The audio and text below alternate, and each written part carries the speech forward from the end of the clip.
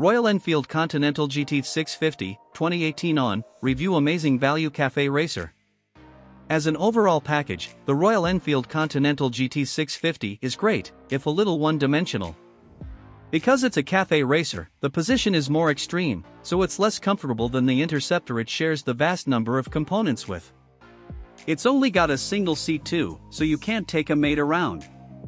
As a Sunday blast bike though, it's great fun, arguably more fun than the Royal Enfield Interceptor, but as an overall package, the Interceptor is the better buy. Ride quality and brakes. The Royal Enfield test riders say their brief for these bikes was to make them fun, and they've succeeded. Because it doesn't make huge amounts of power, you can rev the nuts off it and spend the whole day stretching your throttle cables without feeling like you've had the shit kicked out of you. When a corner approaches, the Biber brakes scrub off speed well with a decent bite and good modulation. Hell, even the budget Pirellis do a great job of sticking to the road.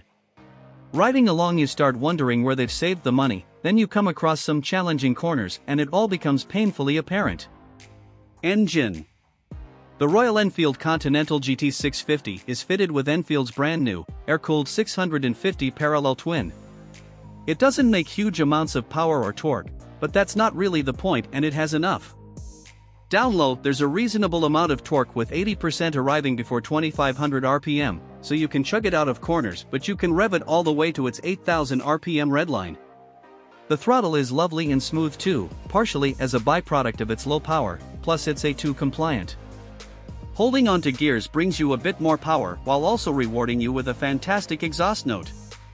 It sounds like it's straight out of the 60s, which is a miracle in a Euro 4 strangled world. There are even some SNS cans for noisy types. The new 6-speed gearbox, an Enfield first, is slick, and if you keep feeding it gears it will clamber all the way to the magic ton. Reliability and build quality. For the brief 150 miles we rode the bike on the launch, nothing broke, so I guess it's 5/5. In all seriousness, Enfield doesn't have the best rep for reliability, but that's something they want to change. All the new bikes that come off the line will go through a 1007-point check, which Enfield say takes over 6 hours to complete. If that's not enough, every new bike will come with a 3-year unlimited mileage warranty, so it comes with peace of mind too. Speaking personally, I wouldn't have any concerns about buying one and it falling apart on the ride home. Value versus rivals.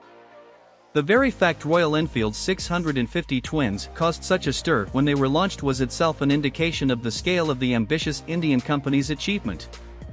After all, the Roadster Interceptor and its café racer brother, the Continental GT, not only lifted Enfield to a whole new level, they're even being considered as credible rivals for the likes of Triumph's Bonneville and Moto Guzzi's V7 as well. The Continental GT 650's low power and price make it unfair to compare it to the Triumph Thruxton R, but the old Thruxton 900 is close in performance and spec to the GT, and you can pick up a good used example for about the same price. An even better comparison can be drawn between the Triumph Street Cup, but that has unfortunately also been dropped from Triumph's range. Equipment. Despite its budget price, there's some decent kit. Brakes are from Brembo subsidiary Bybri, and they're paired with Bosch's 2-channel ABS at Pirelli provide the tires, although 18-inch sizes doesn't leave many aftermarket options. The retro clocks are nice too, and they've even got a fuel gauge, although they're not as feature-rich as the ones on the Royal Enfield Himalayan, which is a bit of a shame. The fit and finish of the rest of the bike isn't bad either. The only thing that really lets it down is the budget suspension. You can listen to the sound this engine makes with aftermarket slip-ons, and an air filter below. The Interceptor and Continental GT are the same in this respect. Specs. Engine size 648 cubic centimeters. Engine type air-cooled 4V parallel twin. Frame type steel twin spar. Fuel capacity 13.7 liters. Seat height 793 millimeters. Bike weight 202 kilograms. Front suspension non-adjustable 41 mm RWU forks, 110 mm travel. Rear suspension preload adjustable twin shocks, 88 mm travel. Front brake single 320 mm disc, dual piston caliper.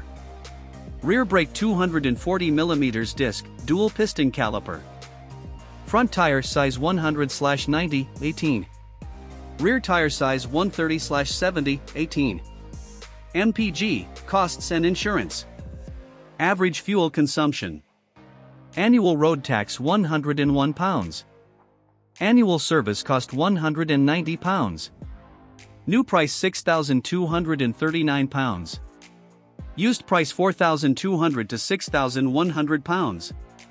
Insurance group. How much to insure? Warranty term. Top speed and performance. Max power 47 brake horsepower. Max torque 39 ft-lb. Top speed 105 miles per hour. A quarter mile acceleration. Tank range